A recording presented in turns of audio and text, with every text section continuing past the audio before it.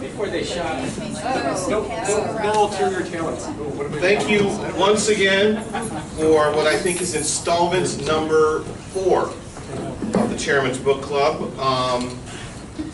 Thank you to all of you who have chosen this wonderful panel and the expansion of your mind and the understanding of your times over a beautiful day. I appreciate that choice, believe me.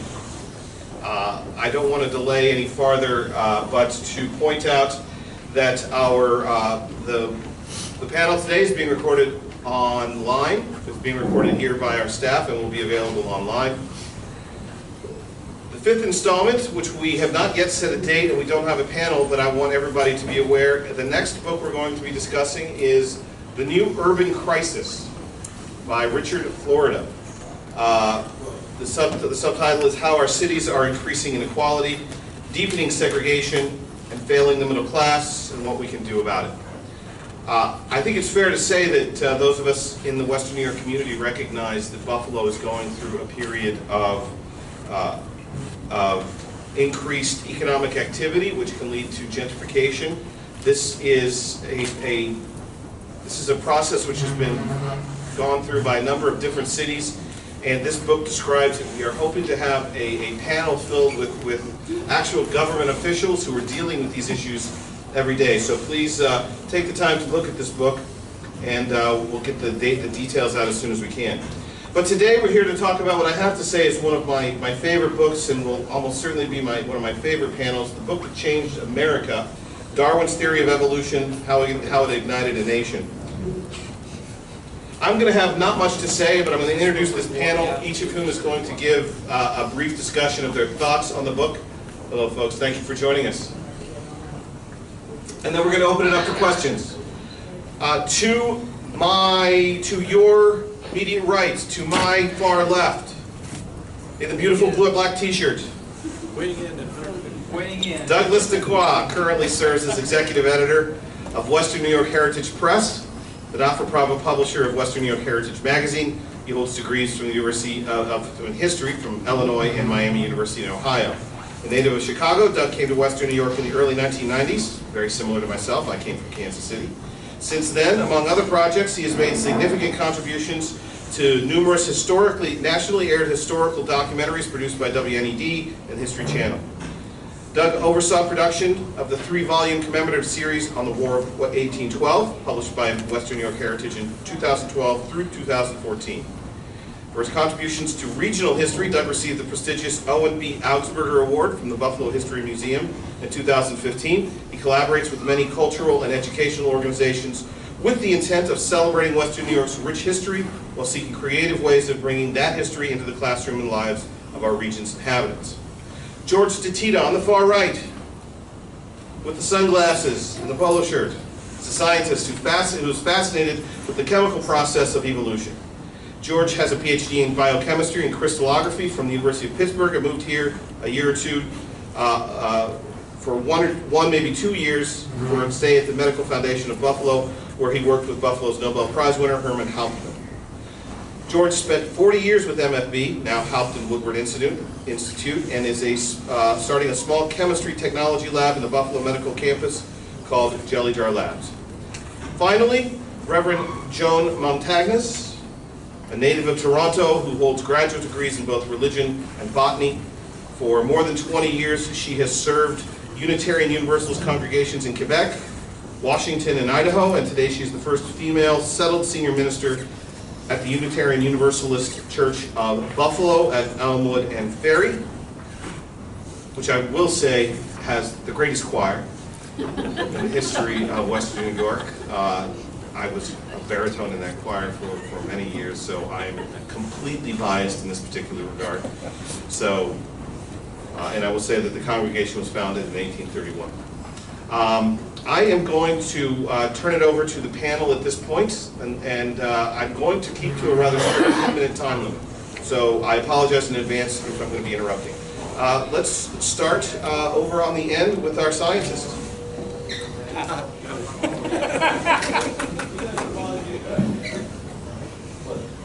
Thank you very much.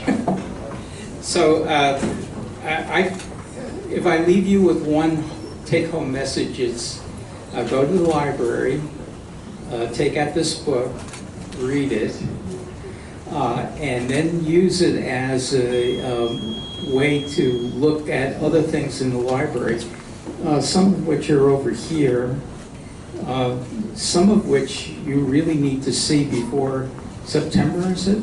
September. In the Milestones of Science exhibit upstairs. And some of it you may even find on your bookshelves at home.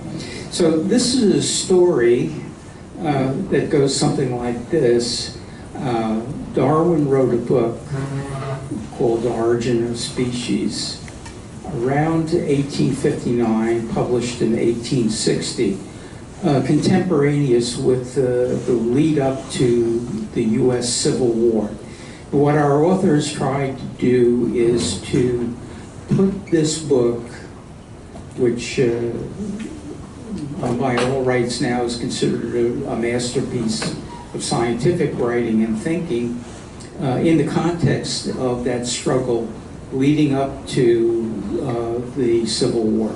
And in particular, you'll hear from our other panelists on that area of this, where the conversation is primarily about the relationship between Darwin's theories and the theories of the races as held at that point. And in a historical context, how important it was, this theory of evolution was in fomenting further resistance to the idea that we could be a country that had slaves. And I'll talk to you about it from the scientific point of view, however. So this book was really new to me, and in a way was difficult for me to read, not because of how much Darwin knew and told us about, but because he didn't know about all the things that were going to be coming down the pike. So his ignorance of genetics as such was really telling. At the same time as he was doing his publication, Gregor Mendel was off doing the most important experiments that would actually be able to knit the theory of evolution as espoused by Darwin into a scientific hypothesis that could be actually tested. It's unfortunate that they missed out on that glorious opportunity to meet one another, but in fact they did. So the problem with the book from my perspective is I would worry if you were to read the book, and I will recommend that you do read the book, that you walk away still scratching your head about what the heck did Darwin do? What was all the big stuff about? I guess in the next 3 minutes, I'll try to fill you in a little bit. Okay, so we were living in a time when there were theories about how species could change or evolve. But many of those theories were based in a kind of a quasi-theology of the perfection of the animal up until the consummate animal, that being people who can sit in libraries and read books. And up to that point, there was certainly a large fraction of the populace, and certainly even a decent fraction of the scientific populace that believed, okay, things might have been interesting in the way of animals and plants, but when we got to people, something special happened, and that something special was special creation. The idea of evolution was understood. Speciation was not really very well accepted at the point that Darwin had proclaimed his theories. But he knitted together a couple of really important ideas, and the ideas go something like this. We can reproduce more quickly and more fully than we can possibly support.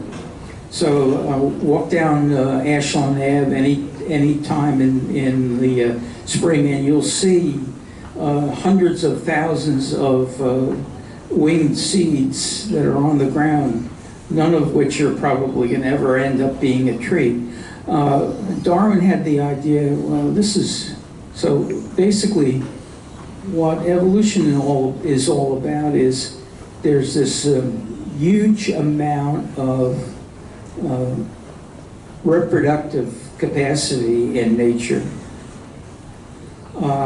And at the same time, nature is completely unforgiving and kills most of our offspring. And the ones that get through are the ones that are very slightly adapted better to whatever the conditions are. So we see that large reproduction ratios and an unremitting, unsentimental, uncaring universe killing just about everything, except those things that just squeak by, do a little bit better. You know, the story in human genetics is of the Russian tanks that were built in such a way that only left-handed, this is true, only left-handed people from Uzbekistan could actually drive them.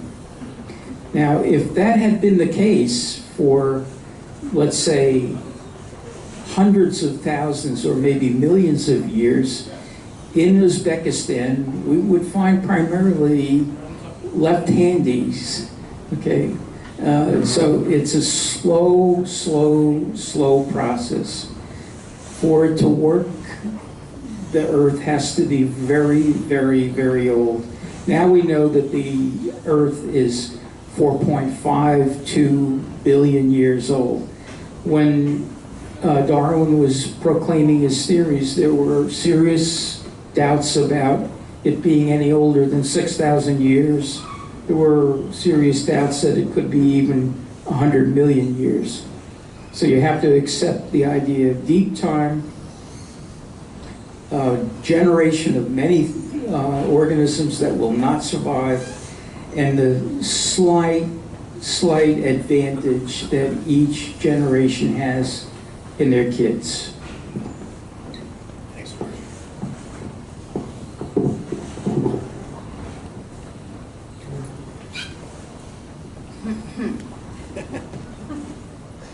So I'm going to be a bit more preachy. I guess that's not a big surprise. But thank you for that.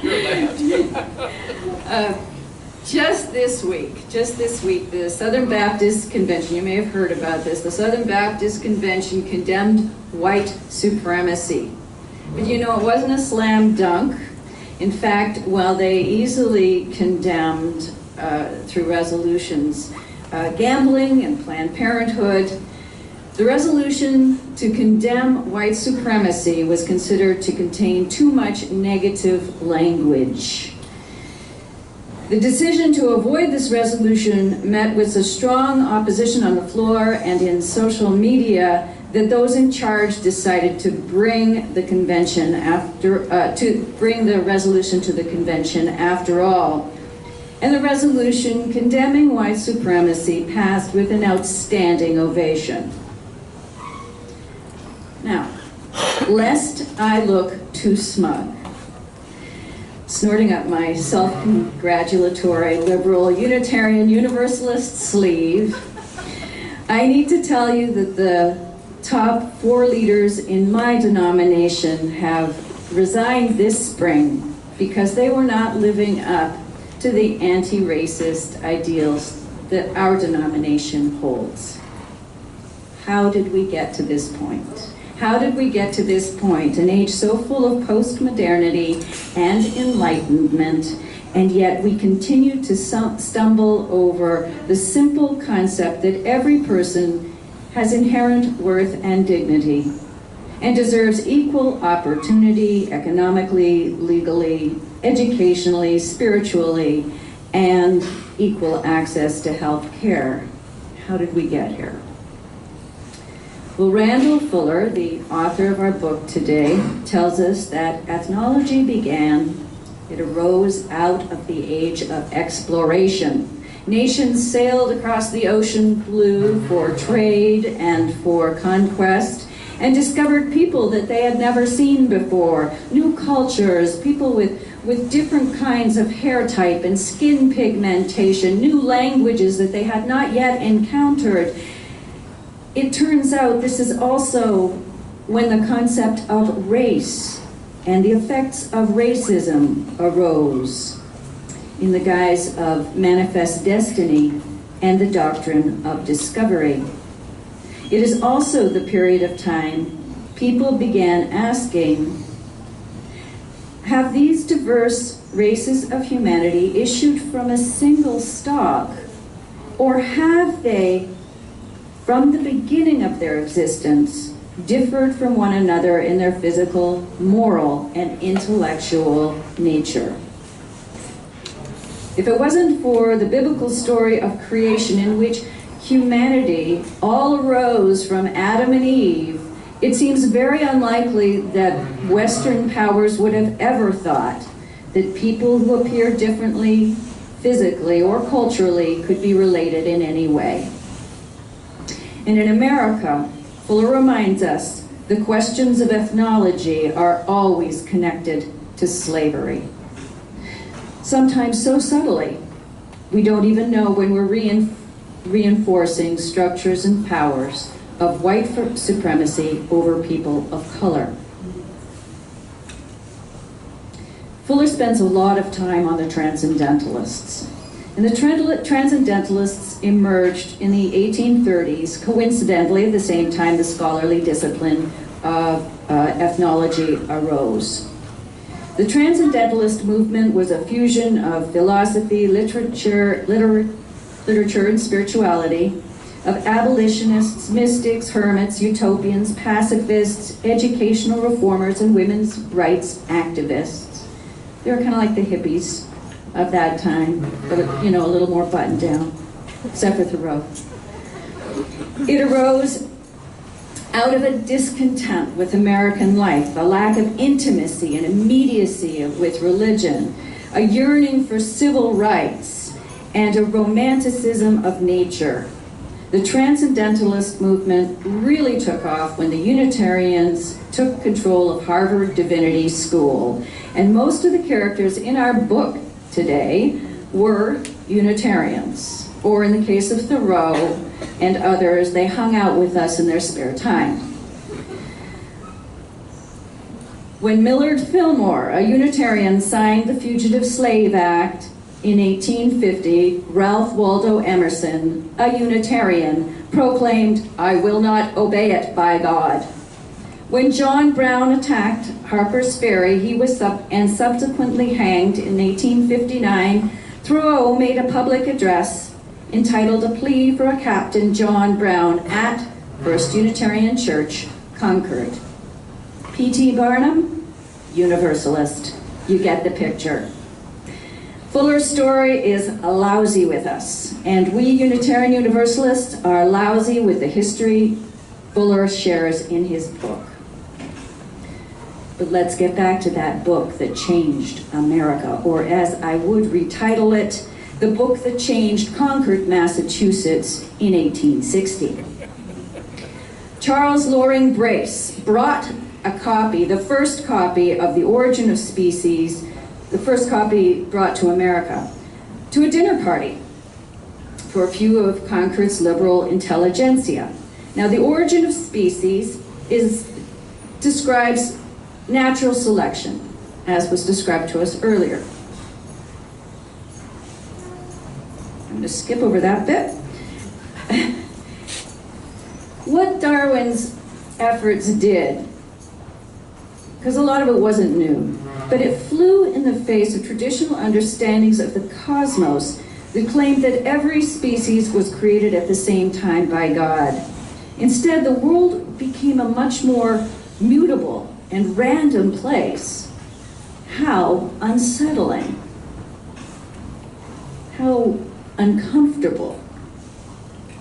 Fuller tells us that once Darwinian thought entered the public conversation, it became a tool to open up and discuss and argue any side of an argument, be it politics, history, moral development, social economics, or race. Now let's be clear. The Origin of Species is indeed a book about evolution. Fuller's book is about 19th century liberal attitudes towards abolition and slavery. You see, it all comes back to questions of race. Pro-slavery folks use Darwin's theory of natural selection to say, if two races live together, one will dominate the other. On the other hand, Brace, who was our friend who brought the book Origin of Species in, he felt that slavery was abhorrent to God because blacks were creation of God, though he added a lower creation than whites.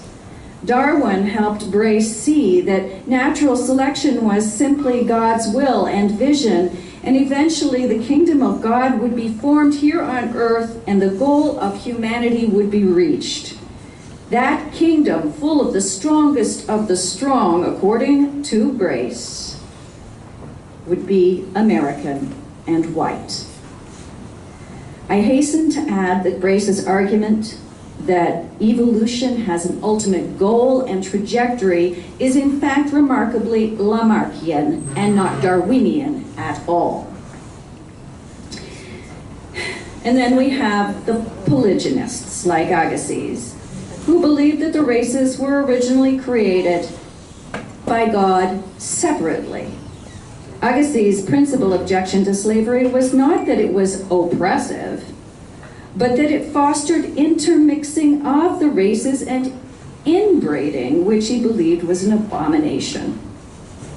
Even Darwin, who allegedly came from an anti-slavery family and who wrote eloquently about and clearly about variation within species and among species, who explained to us how living things evolved and how they were related, would not touch that social third rail of suggesting that humanity had evolved like every other part of nature.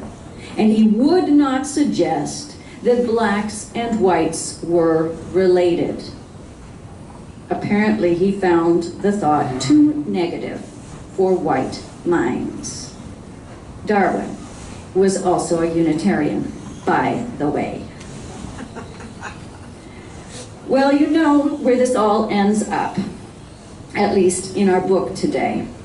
The Civil War began in 1861. Fuller surgically skips over it and gets straight to the 1863 Emancipation Proclamation and my favorite part of the book. Franklin Benjamin Sanborn, host of the dinner party in which the Origin of Species is introduced to America, radical abolitionist, financial backer of John Brown, arrested for his part in Harper's Ferry, holding up his manacled hands in raucous protest to the cheering crowds. At the moment that the Emancipation Proclamation is signed, Sanborn turns his attention away from issues of race and slavery.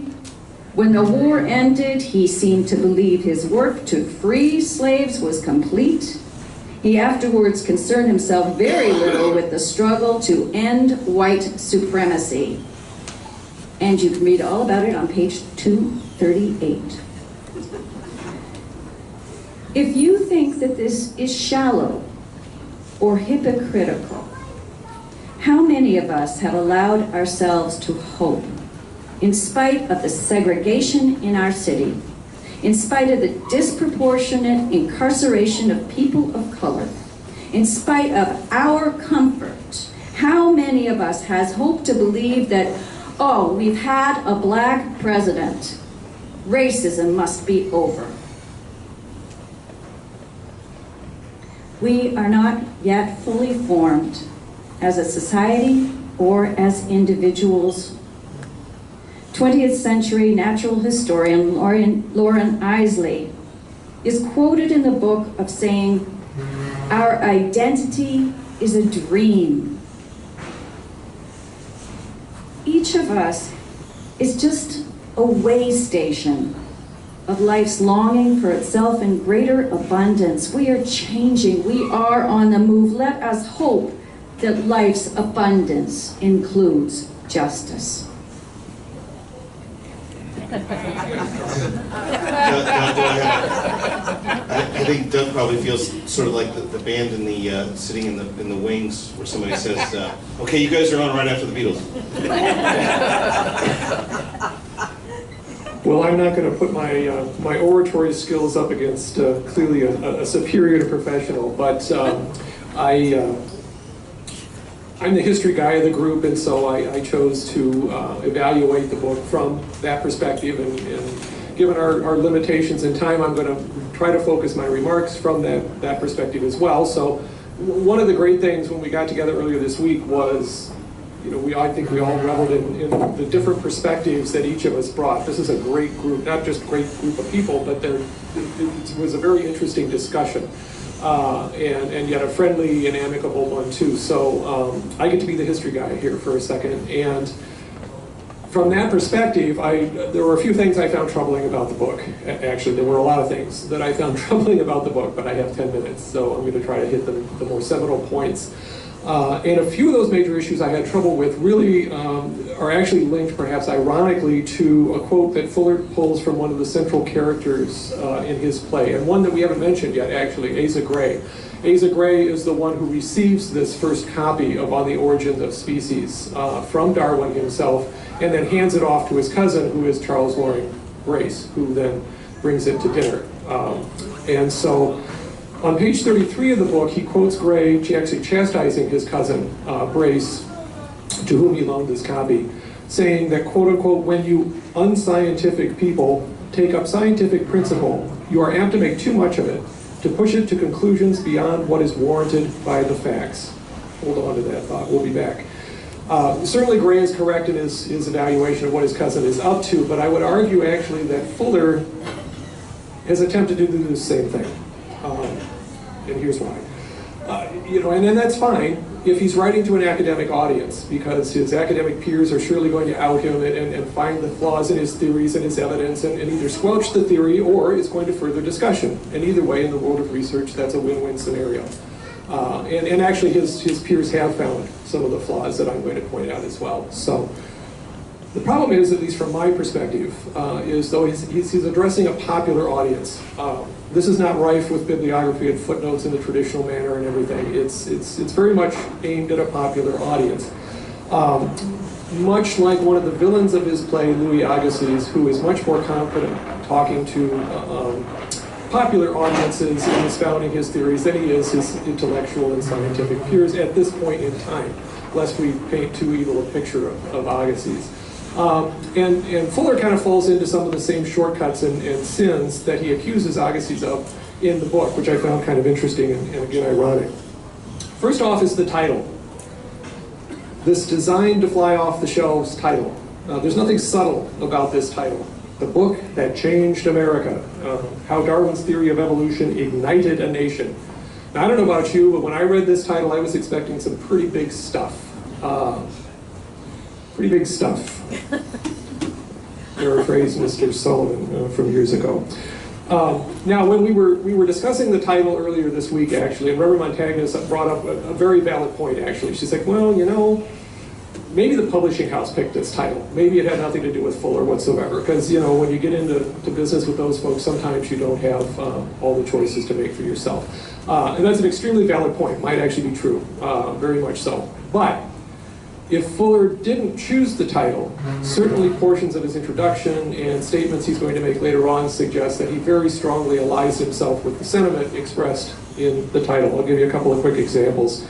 In the last paragraph of the introduction, he claims that this book is, quote, a biography of the single most important idea of the 19th century. Wow. I can come up with at least 4 more off the top of my head that would maybe be in the running, but again, this is subjective, and this is what makes research in academia a lot of fun. And on page 39, he argues that, quote, the Origin did what few books ever do, alter the conversation a society is having about itself. So, you know, these are pretty grandiose, wide-ranging statements that certainly align themselves with the title. So maybe his publisher picked the title, but I think he certainly agrees with it. And what I found, you know, I had a real hard time, as you probably are guessing by now, resigning myself to buying the title and buying some of the sweeping statements that he makes. What I found interesting throughout the book is that Fuller never really places the response that Darwin's book gets in America, or at least in Concord or around the table of Charles Loring Brace and company, in the context of other works of the period. He tells us all this stuff. He lists in excruciating detail all of the periodicals that ran a review of this book. And what I was curious about is, okay, that's great. Was this typical? Was this atypical? If it's atypical, this is a slam dunk. You know, show us that everybody else's scientific theories got 2 reviews, this guy got 25. That says to me, okay, I'm buying it now. He never gives us that context. He never shows us how the reaction to other books compares with the reactions that Darwin's get. And I think that's pretty critical if you're going to suggest that this is the most important idea ever in the 19th century. Likewise, you know, he goes through and tries to show how many conversations, speeches, etc. made reference, real or imagined, to Darwin's theories. But again, he doesn't put that in context. He doesn't say, well, you know, guys, when Jean-Baptiste Lamarck's book, for example, comes out, these same science geeks, if I may use such a word, no offense to any present scientists in the room, because I'm the history geek, you know, drooled all over these books too. They devoured each and every new theory and new nuance that came along. So looking at it without the benefit of hindsight and what we know Darwin and Mendel and others accomplished in later years, or what their theories became, how was this any different in 1859, 1860 than the one that came before that and the one that came before that? He doesn't show us that. The same thing holds true for his suggestion that Origins alters the discussion on slavery. He talks about Franklin Sanborn, Charles Loring Brace, even Frederick Douglass. And yet, really what I got from this is these people are simply using this as a tool to further arguments and agendas that they've already arrived at. This isn't changing the discussion. It might be furthering it slightly, but again, it's just another tool in the belt. They use Lamarck, or they use Agassiz, or they use whoever else they want to further their points. And Darwin is simply the latest one to come along that makes it maybe a little easier, provides a subtle nuance that they didn't have before. Now we know later, obviously, that this evolves far beyond what is happening, but we're talking about 1859, 1860 right now. And I just don't see it. Uncle Tom's Cabin and John Brown's Raid have a far greater impact on the dialogue about slavery than does on the Origins of Species. And in fact, he even points out, rightly so, that Darwin's Origins can be used to bolster either side. It could be used to support slavery equally well as to combat it. And many of the individuals who are using it as an abolitionist mantra, including Frederick Douglass, can conveniently skirt the parts of the theory that might be dangerous to their agenda. And so they're not even adopting the entire thing. Like any other argument, they're picking and choosing what they're going to select and what they're going to use. So, was the book a tool in the conversation society was having about itself? Did it further on a limited basis that conversation? Yes. Did it alter that conversation? Not in my book, anyway. The second thing I found troubling, again, relates back to that quote in page 33, and I already alluded to it slightly, and that is that he commits the historian's sin of looking at an event or thesis through the eyes of hindsight. And it's tough not to do that sometimes. I mean, take in the last couple of, 20 years or so, the revisionist thoughts on Pearl Harbor, for example. Well, it's hard not to look at Pearl Harbor from the vantage point that we know it's coming. we know what's going to happen. And so everything that we read and all the evidence that we're finding tends to suggest the inevitable conclusion that we already know. And as historians, we have to be very careful about that. We have to look at things in the context that they occur. And he doesn't really do that. Certainly Darwin's arguments had impact in some cases, as I suggested, but again, to a much more limited extent.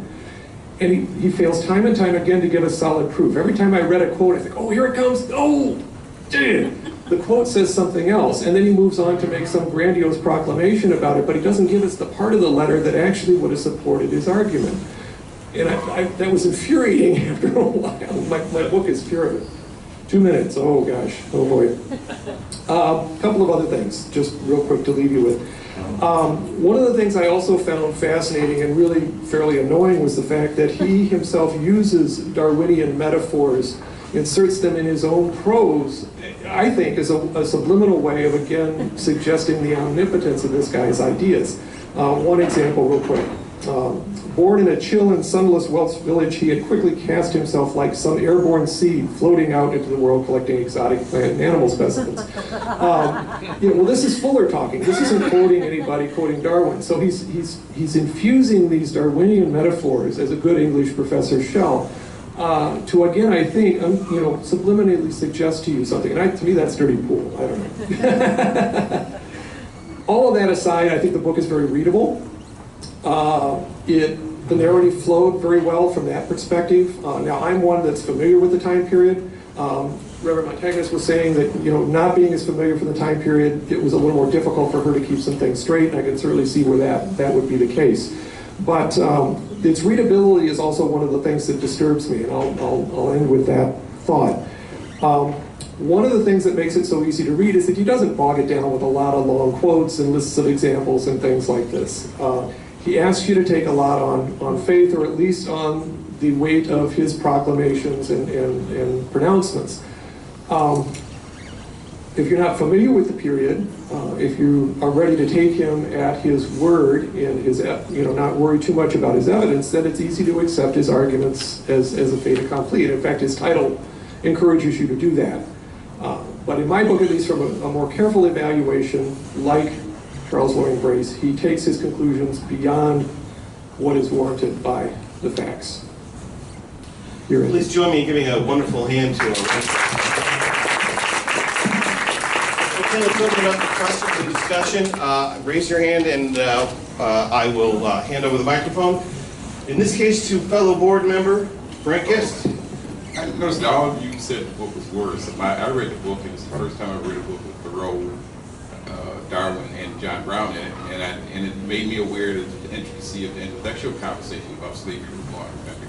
And I'm kind of worried why are you taking the intellectual critique on it when it's not an academic book, but at the same time, it almost seems like to me that you want to dispel Darwin's theory in a roundabout way. I could be wrong, but I'm just a little surprised that the attitude you took towards the book is... I'm here to affirm George Darwin.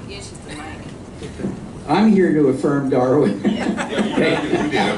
So, actually, after our lunch earlier in the week, where we were trying to kind of come around to a feeling of how do we really feel about Darwin's theory, how important really was it? I took a little time to take a look at what people thought and what they think now. And so some of the finest minds in the science world, anyway, say that his contribution has to stand on a par with Aristotle, with Einstein, with Newton. You can argue about how much was known and how important his contribution was, but in hindsight of the time that's gone by since he wrote that book, Darwin is considered to be one of the true masters of the science. So I don't think any of us are feeling anything less than affirming of the scientific theory. If we have a bone to pick with the book, it's for me it's that there's not enough science in it. Okay. Doug's a little bit concerned about the historicity of the account, and in particular, I think the title was a little concerning to us. We did think, well, this is making a big promise. All right, let's move to another question. Sir. Thank you. I wanted to relate this, the exposure of this theory to the common people. I remember back when the structure of DNA discovered, this was not in the book review section. This was on the front page. This was on newspapers. This was on TV and radio, newspapers and magazines. My question is, Darwin's theory, was that known to the public in general, or was it just in the book review section? Was it on the front page? Were people talking about this? Or was it only educated Unitarians? I don't know the answer. I think that's a great question. Just to repeat it, it's just how popularly did the question, or did Origin of Species get out there in comparison to, for instance, when DNA was discovered? It was very widely distributed. And I think you can see from the cartoons that are even in this book, they're in the newspaper, and they're cartoons of Lincoln, of Darwin, of other people in partial animal form, so it as a satire. So saying, yeah, is clearly in the public conversation, but we had this exact conversation when we were sitting down preparing, in that saying, who knew about this? There was no television, there was no internet, there was no tweeting about things, so who knew about this? And it was clearly the newspapers, clearly the intelligentsia, but did Joe Farmer know? Did Joe Farmer read the local paper? Did Joe Farmer have access to the, and not to mention Jill Farmer? Just saying. Let me sort of insert something into that discussion, because the reason I chose the book is because for me it talked about how scientific theory is almost a political version of how scientific theory is understood by and reacted to by the public. And let me ask the question, let's put ourselves in the 21st century, and instead of evolution, what we have is climate change. And it seems to me that this is an example of, are we doing better or worse than the 19th century did in trying to understand how evolution affects our lives? Are we doing better or worse properly understanding how climate change affects our lives as a scientific theory? Well, again, I think, to speak to that question, I think that would be a question I'd love to know. And that's one of the things that if I was Fuller asking that this changed America, that would be important evidence to have. He does hint at it, by the way, a couple of times. He mentions when Emerson is off in Ohio doing one of his speaking engagements and things, he asks his wife to purchase a copy of the book because, quote unquote, it is unknown here. And he also mentions later when one of his little proteges comes back from Ohio, he's one of the first people in the West to read the book. So again, it was probably well known in Concord.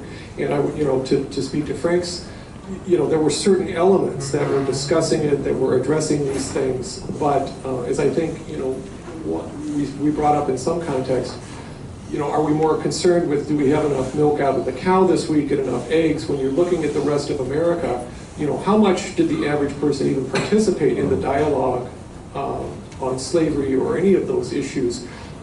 That's an interesting question. And, social history, it's difficult to get at because these people often were illiterate. They didn't write down their feelings. Some of them kept journals and diaries, and those are extremely valuable, but they're also extremely subjective and selective. And so, historians who attempt to look at the average individual or underrepresented individuals in history, women, racial minorities, and things like that. It's a tough job because the information is extremely hard to come by. We have much more access to information today, and obviously the spread of information is instantaneous. And so hopefully we can do a better job of discussing and debating these issues in the 21st century than certainly was possible a century and a half ago. But they did, it was very fast. And that's one of the good things about Fuller's book, too, is that there's lots of good stuff in here. You know, talking about how these ideas spread and how people debated them.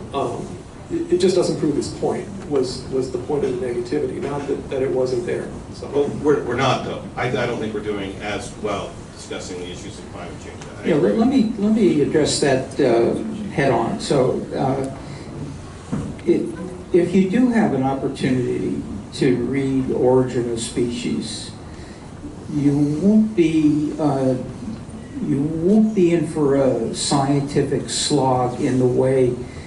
If you were to pick up a journal right now, a science journal, you would have a very difficult time. If you're not a scientist, you would have a hard time understanding the language. So it's a language barrier. It's not an intellect barrier, and people don't get that. But we speak as scientists in a language that we understand very well, and it's a kind of a concision of concepts that make things easier for us. Darwin had it, he had a cat's bird seat. He could write in English. He didn't have to write a single equation in his book. And he takes you through a story hand in hand through things that you know about. Now remember, this is hitting us about 1860. We are, unlike today, where only about 2 or 3% of the population of the United States is involved in farming and the making of food for us.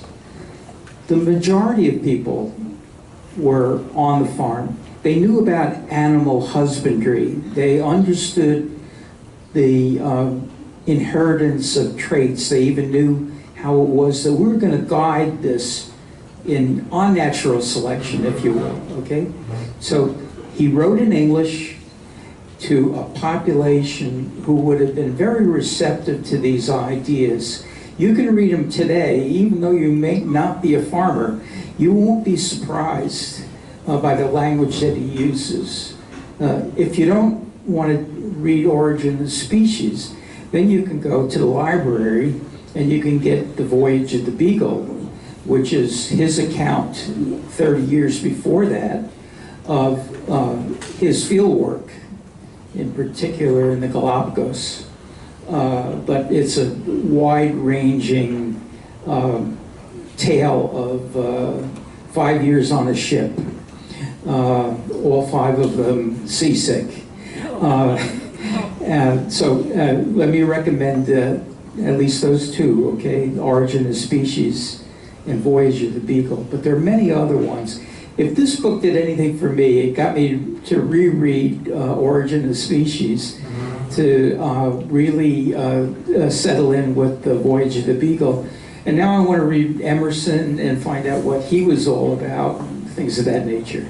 Well, let's go to another question. There were other hands up. Anyone? Bueller? Shortly after Darwin's book came out, physical evolution was married to social Darwinism, and you could not divorce the two. Over and over again, and it was not just the races, it was classes too. The poor man could not have an intelligent, rich son, etc., etc. And that's one of the reasons why America found this so abhorrent. William Jennings Bryan was the prosecutor in the Scopes trial because he was a progressive American who believed in the American dream in that. A few years later, World War II came, and we saw the Nazis. We saw their abhorrent carrying of social Darwinism to extremes with their eugenics program and their genocide, their look for the supreme Aryan beast, etc., etc. Get to the question. So my question is, after that, we could divorce social Darwinism from regular Darwinism, from physical Darwinism.